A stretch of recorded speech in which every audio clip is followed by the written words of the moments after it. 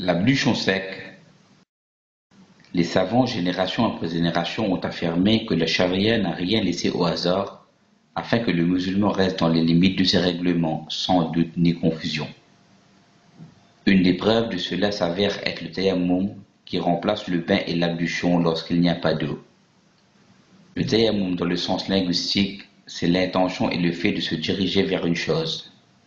Et dans la charia, c'est l'essuyage du visage et des mains avec de la terre pure en ayant l'intention de se purifier. Allah exalté soit-il a dit, et que vous ne trouviez pas d'eau, alors recourez à la terre pure, passez-en sur vos visages et vos mains. Le prophète, paix et salutation d'Allah sur lui, a dit, on m'a donné 5 choses que personne d'autre avant moi n'a eu. J'ai été secouru par la terreur, jeté dans le cœur de mes ennemis, à une distance d'1 mois de marche, et la terre a été faite pour moi un lieu de prière et une source de purification. Aussi si un individu de ma nation rentre dans le temps de la prière, eh bien qu'il prie. Il est obligatoire de faire le tayammum lorsqu'il n'y a pas d'eau, ou bien lorsqu'on ne peut pas l'utiliser, et il faut le faire de manière obligatoire lorsque la purification est obligatoire, comme pour le cas de la prière par exemple. Et il est simplement recommandé de le faire lorsque la purification est recommandée, comme pour la lecture du Coran. La légalité du tayammum lorsqu'il n'y a pas d'eau se trouve dans la parole d'Allah exalté soit-il. Et que vous ne trouviez pas d'eau, alors recourez à la terre pure, passez-en sur vos visages et vos mains. À condition que la personne a réellement cherché et n'a pas trouvé l'eau. Tout comme il est permis lorsqu'on ne peut pas l'utiliser l'eau, comme pour le malade, la personne âgée qui ne peut pas se déplacer et qui n'a personne pour l'aider à faire ses ablutions. Et aussi lorsque l'on craint que l'utilisation de l'eau va causer un mal à cause d'un malade ou à cause de la rudesse du froid.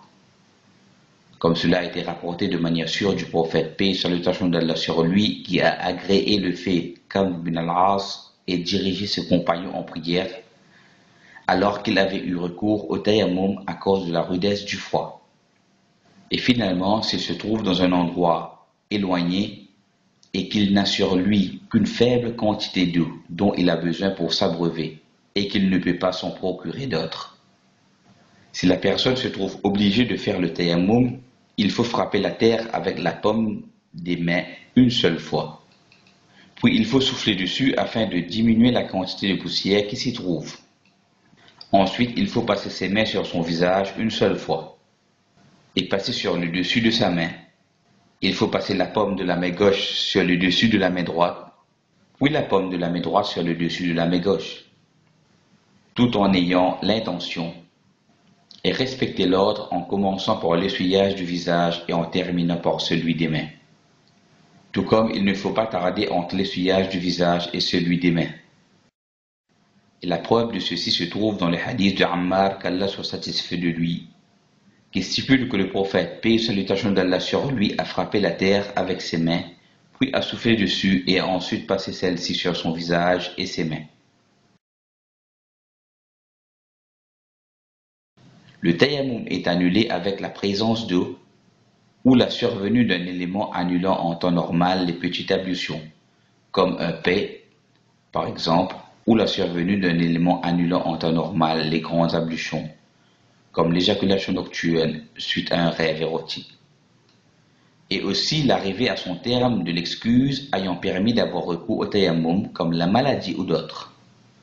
La prière accomplie après avoir eu recours au tayammum, lorsque l'on se trouve dans l'incapacité d'utiliser de l'eau, est meilleure que celle accomplie par un individu retenant modérément d'aller aux toilettes afin de ne pas perdre ses ablutions mineures accomplies précédemment avec de l'eau. Il est permis de faire le tayammum sur un mur ou un tapis tant qu'il y a de la terre ou de la poussière dessus. Il est permis à l'individu ayant eu recours au tayammum de faire tout ce qu'il souhaite comme prière obligatoire ou surérogatoire tant que celui-ci n'est pas rompu par un facteur l'invalidant.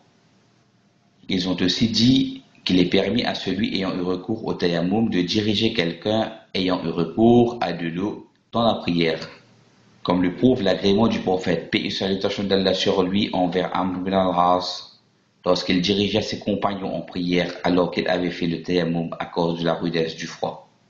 Les savants ont confirmé que celui qui a fait le tayammum et a prié après cela, puis trouve de l'eau par la suite, ne devra pas recommencer sa prière. En effet, selon Abu Sa'id al-Khudri, qu'Allah soit satisfait de lui, deux hommes sont partis en voyage. Puis ce fut l'heure d'accomplir la prière, mais ils n'avaient pas d'eau sur eux.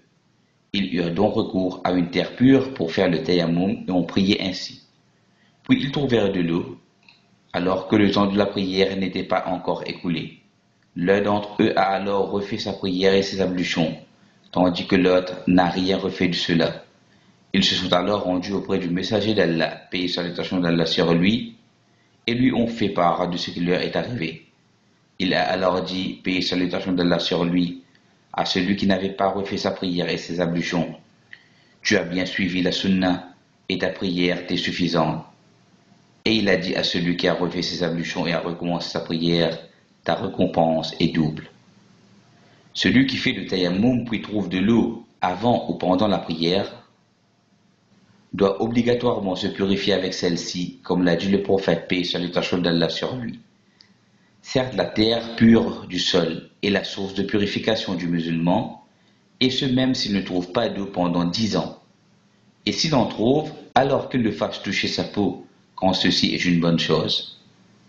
Rien ne doit empêcher le musulman de faire sa prière, et il ne doit pas l'accomplir en dehors de son temps. Ainsi, s'il ne peut pas utiliser d'eau, ou il n'en trouve pas, qu'il fasse alors le tayammum. Et s'il ne peut pas faire le tayammum, alors qu'il fasse sa prière sans se purifier.